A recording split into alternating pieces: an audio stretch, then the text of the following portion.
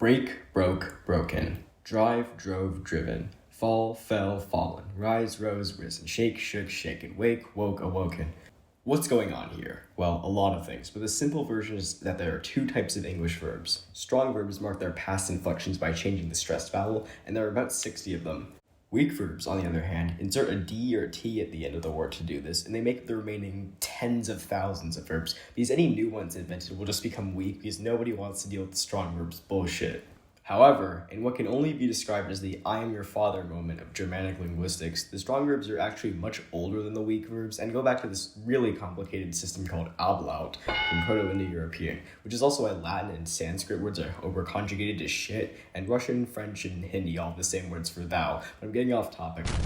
The strong verbs are misunderstood, however. They solve the problem of the past participle, the form you use before have or to be, and the normal past tense being the same. Take these sentences. If you replace the highlighted words with weak verbs that have the same meaning, you'll notice that the distinction disappears, and you have to trick yourself into thinking that they're not the same forms of the words. This wasn't always the case, though. In Middle English and earlier, the past participle form is marked with the prefix e or the unstressed version a, which I'll be using for the rest of this video. If we bring it back, though, it'll carry this boost over to all of the words in our language, so I think we should do it. Strong or weak, however, verbs still have one really strange feature, which is their infinitive shapes. Usually, infinitives have the word to added before them, which is just really confusing. First, unlike any other inflection, it's not really a prefix because you can insert words into the gap, but people still get into slap fights over whether you should or not. Second, the to disappears before certain, and only before certain modal verbs. The way I like to eat small children and I may eat small children. In both sentences, the word eat is in the infinitive as the subject is still doing the modal verb, but for some reason it just looks different. This one really bothers me because for years it just messed with how I used words like can and shall.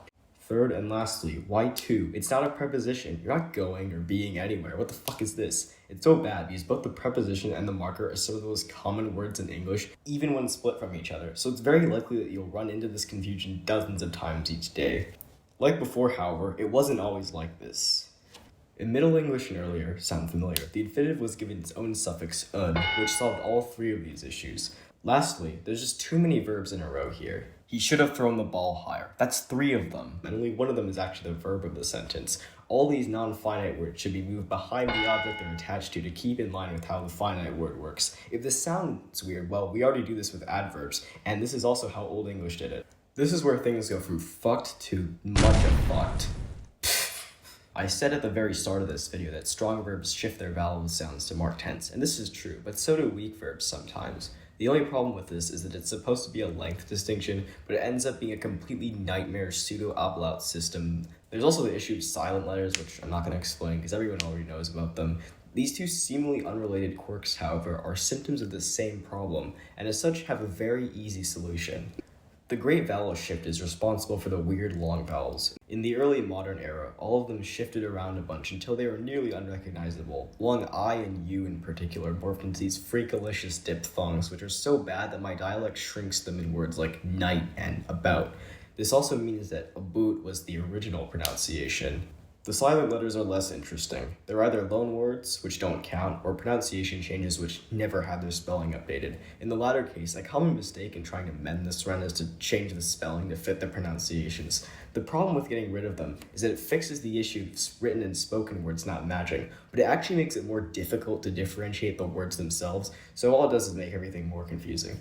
Take the words through and through. Sound the same, look different. If we match the spellings, they both sound the same and look the same. When you put it this way, a spelling reform seems downright harmful to communication, because it is. It also reveals the obvious solution, a pronunciation reform. It's easy to understand why language workers salivate over spelling reforms, but doing so misses the fact that the many homophones in English are a clarity problem, not a simplicity one. In fact, the opposite is true. Making it simpler only makes it harder to understand.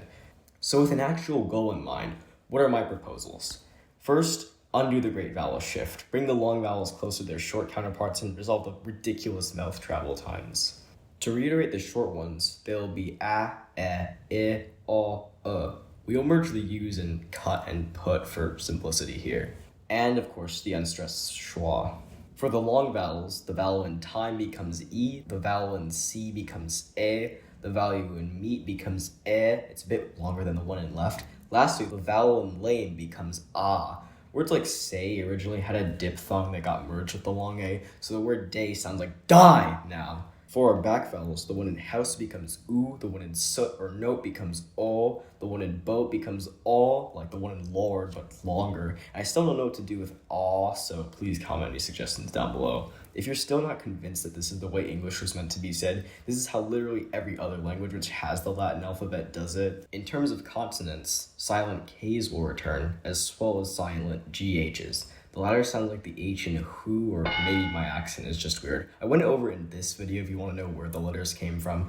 Now that we've fixed most of the parity issues, we can now proceed with a spelling reform. But long U's will be spelled like this because we already have something called W, and long I's will be spelled IE because, I don't know, alright, I just like the way German does it. For the rest of the long vowels, the silent E will be removed to show that these are longer, stressor equivalents to the short vowels more clearly. Also capitalize all the pronouns because we do it with I and the proper nouns already. And hell, why not bring back the loathsome second pronoun distinction? Let's put all this together. This hopefully true sentence, for example, becomes Inon yer, je mij from me heren, that I will to min mathklas haven a gun for the AP test talking. I have forgone any loan words to make all you English people instantly obtain an erection. Now though comes the question that I have been dreading an answer for. Is any of this useful? Now, the short answer to this is obviously no. I just wanted a proof of concept for an actually good language reform, and this completely fails because you sound stupid speaking like this. I still don't know exactly what I've made here. It's not a conlang because everything is just directly stolen from some form of English, but it's not really a standardization thing either because it's different enough from every existing accent that you probably need to double space your speech if you want somebody else to understand you. That's where y'all come in. If you made it this far, and thank you so much if you have, go down to that comment section below and tell me what you think. Hell, even give this language experiment thing a name of your own if you wish, because I'm a lazy bastard who can't be bothered to do his actual English homework.